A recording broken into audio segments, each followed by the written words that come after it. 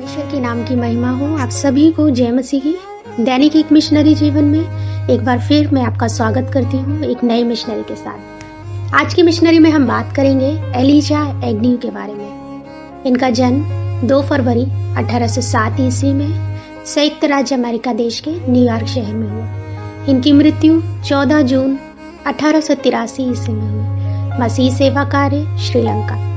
Elijah Agnew का जन्म New York में ईसाई माता पिता जेम्स और जेन एग्न्यू के घर हुआ था।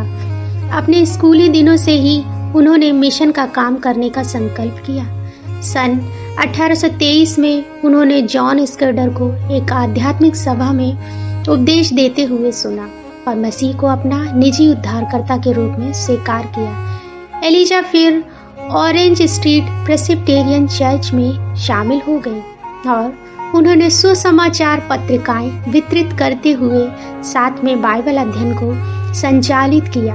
सन 1839 में वे American board of commissioner for foreign missions में शामिल हो गई और उन्हें शीलोन मिशन के लिए नियुक्त किया गया। एलिजा सन 1840 में श्रीलंका के जाफना पहुंची और वुडविल के महिला बोर्डिंग स्कूल में एक शिक्षिका के रूप में नियुक्त हुई। बाद में जब वह प्रिंसिपल बनी तो स्कूल ने उल्लेखनीय प्रगति की। उनके असाधारण नेतृत्व ने न केवल स्कूल को औपचारिक शिक्षा का स्थान बनाया बल्कि आध्यात्मिक ज्ञान का स्रोत भी। कई लड़कियों ने उद्धार पाकर मसीह के ज्ञान में बढ़ते गए। एलिजा ने व्यक्तिगत रूप से कई लड़कियों के विश्वास को मजबूत किया। उन्होंने अपनी शिक्षा पूरी करने के बाद मसीह के संदेशवाहक के रूप में अपने स्थान को लौट गए। गर्मियों की छुट्टी में एलिजा अपने पूर्व छात्रों से मिलने जाती थी और आध्यात्मिक और गृह प्रबंधन के मामलों में उनको सलाह देती थी।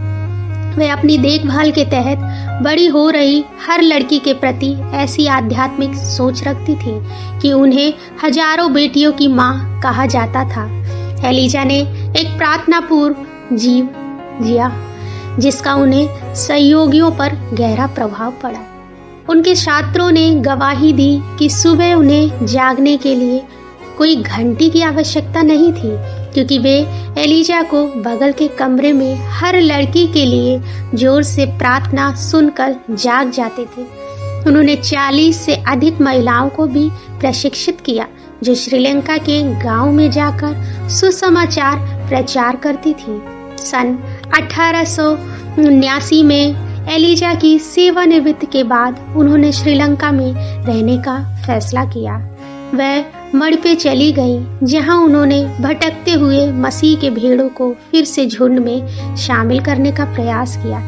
एक संक्षिप्त बीमारी के बाद एलिजा सन 1883 में अपने स्वर्गीय निवास के लिए रवाना हुई।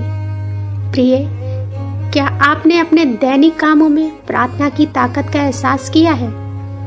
प्रभु मेरे सहकर्मियों के जीवन को प्रार्थना पूर्वक प्रभावित करने में मेरी मदद करिए। आमीन। परमेश्वर आप सभी को आशीषित करे।